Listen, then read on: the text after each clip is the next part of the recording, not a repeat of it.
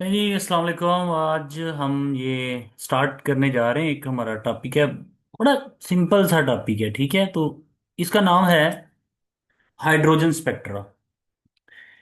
तो ये इम्पोर्टेंट काफ़ी ज़्यादा है, ठीक है। हम तो बिल्कुल ही इसको कोई इतना इजी नहीं ले सकते।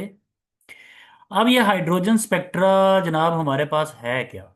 सबसे पहले तो मैं मेरे थोड़ी सी स्क्रीन मुझे सेट कर लेने दीजिए। मैं फिर आपको इसके बारे में बताता हूँ कि हाइड्रोजन स्पेक्ट्रा हमारे पास क्या होता है। ठीक होता है यार। ये इसको मैं थोड़ा सा अगर मैं नीचे ले आऊँ ना तो आपके लिए थोड़ा सा आसानी हो जाएगी, आपको पढ़ने में थोड़ी सी आसानी हो जाएगी। मैं ज़रा इसमें टाइपिंग मोड पे चला जाता हूँ। चलें जी। अब हम देखते हैं कि जनाब हमारे पास है जी, हाइड्रोजन स्पेक्ट्रा क्या होता है।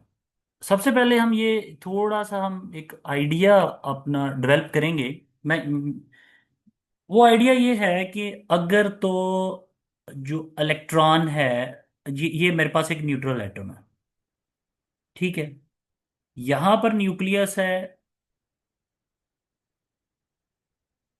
और इसके पास ऑर्बिटल कितने होंगे, ये थोड़ा सा मैं इसको ठीक कर लेता हूँ। मैं जल्दी से क्लियर करता हूँ इसको।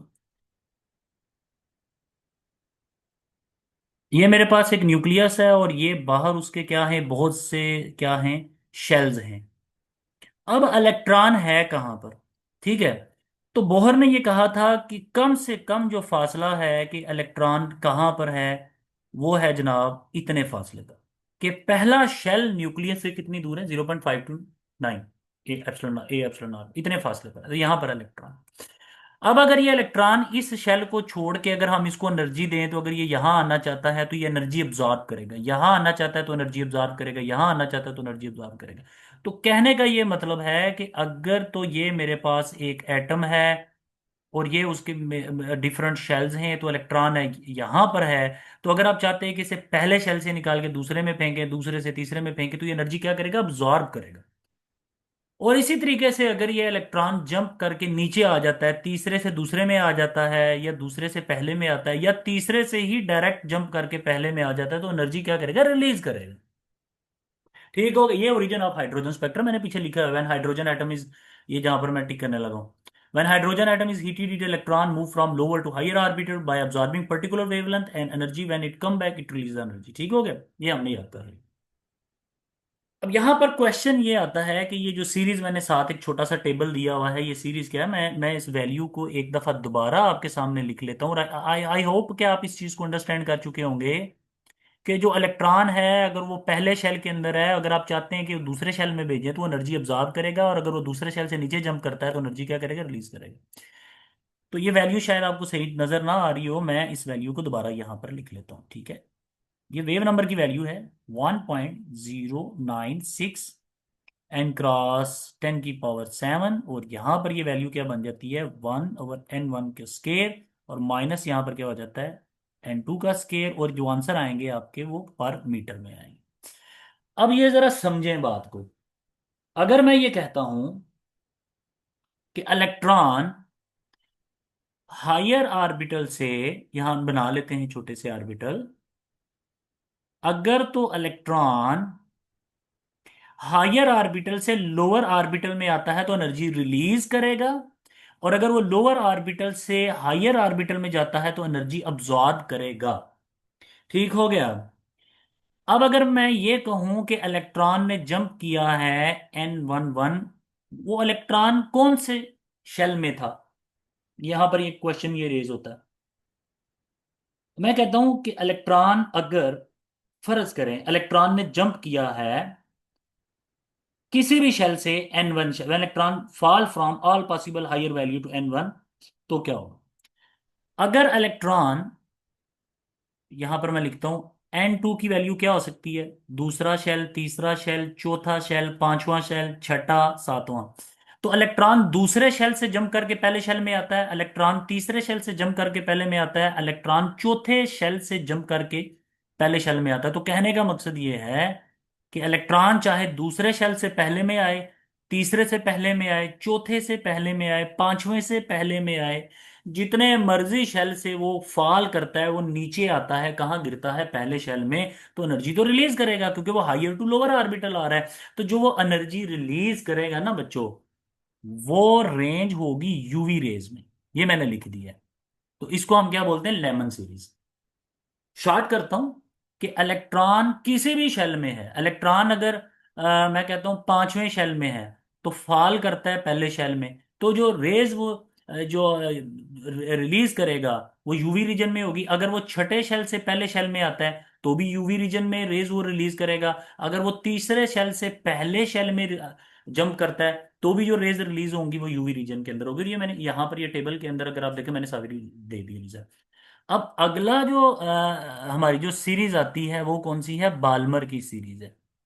बाल्मर की सीरीज हमें क्या बताती है, अगर तो इलेक्ट्रॉन N1 की वैल्यू में क्या रखूंगा, 2, और N2 की वैल्यू क्या रखूंगा मैं, 3, 4, 5, 6, 7। ठीक है। अगर इलेक्ट्रॉन किसी भी शेल से, ये मैं दोबारा बना देता हूं, अगर इलेक्ट्रॉन तीसरे शेल से दूसरे शेल में आता है, चौथे शेल से दूसरे शेल में आता है, पांचवें शेल से दूसरे शेल में आता है जंप करके, तो एनर्जी तो रिलीज करेगा क्योंकि हायर टू लोअर आ रहा है। तो कहने का मकसद यह है कि अगर इलेक्ट्रॉन तीसरे से दूसरे में आता है, चौथे से दूसरे में आता है, पांचवें से दूसरे में आता है, छठे से दूसरे शेल में आता है, तो एनर्जी क्या करेगा, रिलीज करेगा। तो वो जो एनर्जी रिलीज करेगा उसकी जो रीजन होगा वो कौन सा होगा, यूवी रीजन होगा। ये मैंने टिक कर दिया। इसे क्या बोलेंगे, बाल्मर सीरीज बोलेंगे। और ये वैल्यू सारी कहाँ पुट करेंगे, यहाँ पुट करेंगे। ये जो मैंने आपको इक्वेशन दे दी है ना वेव नंबर की, रेड बर्ज ने जो इक्वेशन दी थी, यहाँ पर हम वैल्यू पुट करेंगे। N1 पहला शेल हो सकता है, तो N2 क्या हो सकता है, दूसरा तीसरा चौथा, ये लेमन होगा। और अगर N1 की वैल्यू 2 है, तो N2 की वैल्यू 3, 4, 5 है, तो ये कौन सा रीजन होगा, बाल्मर सीरीज होगी। ठीक है। तो अगला जो रीजन मेरे पास बन रहा है मैं उसको डिस्कस करने जा रहा हूँ। वो मेरे पास है पाश्चन सीरीज। कौन सी सीरीज आ जाएंगी मेरे पास, पाश्चन सीरीज आ जाएगी। अगर तो इलेक्ट्रॉन N2 की वैल्यू मैंने कर दी है जनाब 3, और N1 की वैल्यू क्या हो जाती है, 4 हो जाती है, 5 हो जाती है, 6 हो जाती है, 7 हो जाती है, कुछ भी हो जाती है।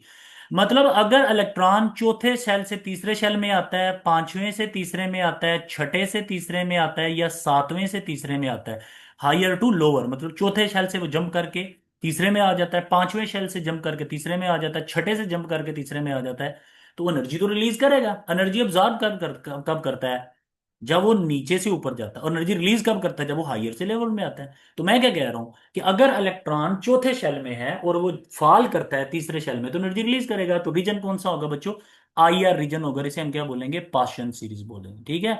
इसी तरीके से ब्रैकेट सीरीज में N2 की वैल्यू क्या हो जाएगी, 4 हो जाएगी, और N2 की, सॉरी N1 है, तो N2 की वैल्यूज क्या हो जाएंगी, 5, 6, 7 और 8। और वो एनर्जी, अब वो पांचवें से चौथे में आएगा या छठे से चौथे में आता है या सातवें से चौथे में आता है, तो एनर्जी रिलीज करेगा। और उस एनर्जी का रीजन कौन सा होगा, IR रीजन होगा। ठीक हो गया।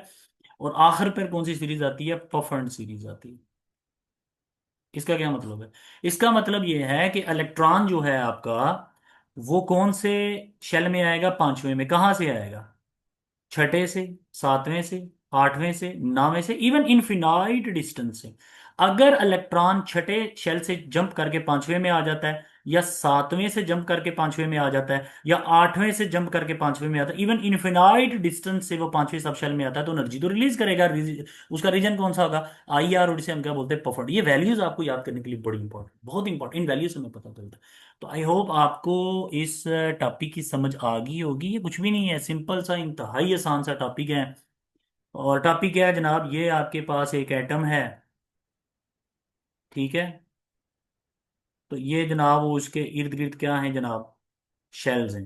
ठीक हो गया। और यहां पर अगर इलेक्ट्रॉन है, और अगर ये इलेक्ट्रॉन पहले ऑर्बिटल से दूसरे में, तीसरे में, चौथे में आता है, तो एनर्जी अब्जॉर्ब करेगा। और अगर इलेक्ट्रॉन पांचवें शेल से चौथे में आता है, या चौथे से तीसरे में आता है, या तीसरे से दूसरे में आता है, तो एनर्जी क्या करेगा, रिलीज करेगा। तो इलेक्ट्रॉन अगर लोअर टू हायर जाता है तो एनर्जी क्या करता है, अब्जॉर्ब। और अगर हायर टू लोअर आता है तो एनर्जी क्या करता है, रिलीज करता है। अगर तो वो किसी भी हायर से लोअर में आ रहा है, लेकिन लोअर कौन से शेल में आ रहा है, अगर तो वो आ रहा है पहले शेल में, तो इसे हम लेमन सीरीज बोलेंगे। वो जो एनर्जी रिलीज होगी उसका रीजन यूवी होगा। और अगर वो तीसरे चौथे पांचवें से कहाँ आता है, दूसरे शेल में आता है, तो उसे हम बाल्मर कहेंगे। और अगर वो पांचवें छठे सातवें से जंप करके तीसरे में आता है तो हम उसे पास से हम क्या बोलेंगे, ब्रैकेट। और अगर वो आता है चौथे में तो हम उसे चौथे में कहते हैं तो हम उसे क्या बोलेंगे, ब्रैकेट सीरीज बोलेंगे। तो ये मैंने रीजन लिखी है, Lyman, Balmer, Paschen series, bracket series और प्रोफन। तो बेसिकली इस टॉपिक की सेंस क्या है? इस टॉपिक की सेंस यही है कि इलेक्ट्रॉन अगर पहले शेल में है तो जंप, अगर एनर्जी देंगे तो दूसरे में जाएगा, और एनर्जी देंगे तीसरे में जाएगा, और एनर्जी देंगे चौथे में जाएगा। और अगर इलेक्ट्रॉन हायर ऑर्बिटल से लोअर ऑर्बिटल में आता है तो एनर्जी क्या करेगा, रिलीज करेगा। अगर वो पांचवें शेल से जंप करके पहले में आता है तो हम उसे लेमन कहेंगे। चौथे से जंप करके पहले में आता हो तो लेमन, तीसरे से जंप करके, मतलब किसी भी शेल से वो जंप करके पहले शेल में आए तो लेमन सीरीज। और किसी भी सब शेल से, किसी भी शेल से वो जंप करके नीचे आता है दूसरे सब शेल में तो क्या बोलेंगे, तो इसमें हम बोलेंगे, इसमें ना N1 हमेशा 1 होगा और N2 की वैल्यू कुछ भी हो सकती है। और इसमें N1 वैल्यू 2 होगी, और इसमें N1 की वैल्यू 3, और इसमें N1 वैल्यू 4, और इसमें N1 की वैल्यू क्या होगी, 5 होगी। N1 की वैल्यू क्या है, 1, तो मतलब लेमन सीरीज। N2 क्या होगा, वो कुछ भी हो सकता है, 2 3 4 5 6। N1 की वैल्यू क्या हो, 2, तो बाल्मर सीरीज। N2 क्या होगा, कुछ भी हो सकता है। N1 की वैल्यू 3 हो तो N2 की वैल्यू क्या होगी, 4 5 6 7, कुछ भी हो सकती है। तो किसी भी शब्द सेल से अगर वो नीचे जंप करता है तो वो जो एनर्जी रिलीज करेगा उसका रीजन बेसिकली हमें बताना होता है। ठीक है, तो ये वेव नंबर की वैल्यू हमें याद रखनी पड़ती है। रेड बर्ज ने दी थी, इसमें बड़ा हाथ था, बोर ने भी वैल्यू कैलकुलेट की थी। लेकिन ये वैल्यू अगर आपको याद है तो आप सारी चीजें बता सकते हैं कि अगर जनाब जो इलेक्ट्रॉन है, ये देखिए मैं फिर समझा देता हूँ, इलेक्ट्रॉन अगर ये तीसरे शेल में है, वो जंप करता है दूसरे में, तो क्या आंसर है, बाल्मर सीरीज। और अगर तीसरे में है, जंप करता है पहले में, तो क्या आंसर है, लेमन सीरीज। और अगर चौथे से जंप करता है दूसरे में तो क्या होगा, बाल्मर सीरीज। चौथे से तीसरे में करता है तो पास्चन सीरीज। और अगर पांचवें से चौथे में करता है तो ब्रैकेट सीरीज। और अगर छठे से पांचवें सब शेल में आता है तो पफर्न। और अगर छठे शेल से जंप करके सीधा पहले शेल में आ जाता है तो लेमन सीरीज।